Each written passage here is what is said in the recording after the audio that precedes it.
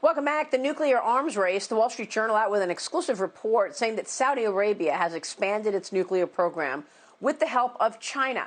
A new facility in the country's northwest region is raising flags. It's reportedly being used to harvest yellow cake uranium. Joining me right now is Presidential Envoy for Arms Control, Ambassador Marshall Billingslea. And Ambassador, thanks very much for being here. Can you give us a status check on what's going on in terms of this new facility in Saudi Arabia and the nuclear ambitions there? Well, it's great to be with you this morning, Maria. And let me start by congratulating you for the 25th anniversary of your reporting on the New York Stock Exchange. That's just incredible trailblazing on your part. And as a father of two young daughters, I hope they can, in due course, blaze their own trails as you have. I saw the press reporting. Thank you so much. I appreciate that. Absolutely. The press reporting highlights an issue actually that I was asked about in a Senate hearing 2 weeks ago. And what I would say is that it's going to be crucial that the Saudis commit, and I'm sure they will, to full safeguards under the IAEA, the International Atomic Energy Agency. I also said that I think with regard to U.S. nuclear cooperation, and again, this is for civil nuclear purposes, for power generation, we should negotiate, and I'm sure we will, a set of agreements that forego enrichment and reprocessing, which are really the two kinds of technologies that would be most concerning in terms of pivoting from a civil program to a weapons program.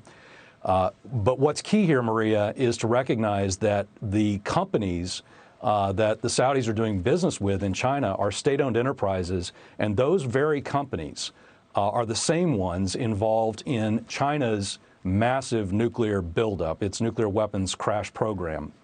And that's I think, of great concern. And I know that China is also partnering with Iran on certain things, economic things. There was a report in Forbes magazine the other day. There's a $400 billion deal being talked about between Iran and China. Is that concerning to you? We know that Iran has the ambitions to get their own nuclear weapons, right? Right. I mean, the president has been very clear that the JCPOA, the agreement that was cut under the Obama administration, was a bad deal for the United States because it did nothing to check the Iranian nuclear ambitions. And their doing business with the Chinese should ring all kinds of alarm bells.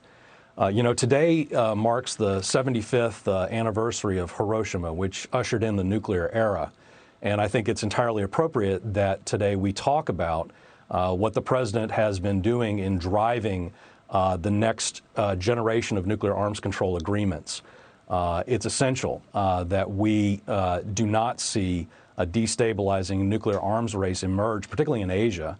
And unfortunately, the Chinese are taking us there. Yeah. Well, President Trump, speaking with Russian President Vladimir Putin over the phone a few weeks ago, looking to renegotiate the New START program, the last nuclear arms treaty between the U.S. and Russia. We're waiting on details of that. They've not been released. But last week, the president said that this outside of Marine One, he said, right now we are the great nuclear power. We've upgraded our nuclear tremendously since. We have the most power. Russia is second, and China is third. China is surging. There'll be more at some point. And, yeah, we would want to talk to China eventually about this. Meanwhile, China's doing these side deals, Ambassador. Right. And the one with Iran, to me, seems most concerning. Well, it is. But I would actually suggest that most concerning is what China is doing itself. Just like with the coronavirus, China is throwing up a great wall of secrecy to the world regarding its nuclear buildup. In the last segment, you mentioned the Global Times, which is the Chinese Communist Party's mouthpiece. And nothing is written from an editorial standpoint in that paper that isn't sanctioned at the highest levels of the Chinese government. That newspaper, just a few months ago, called for China to have 1,000 deployed nuclear warheads. Just for comparison, the United States and Russia, under the New START treaty, have limited themselves to 1,500 warheads. So we are talking about a really alarming and secretive buildup by the Chinese Communist Party under Chairman Xi.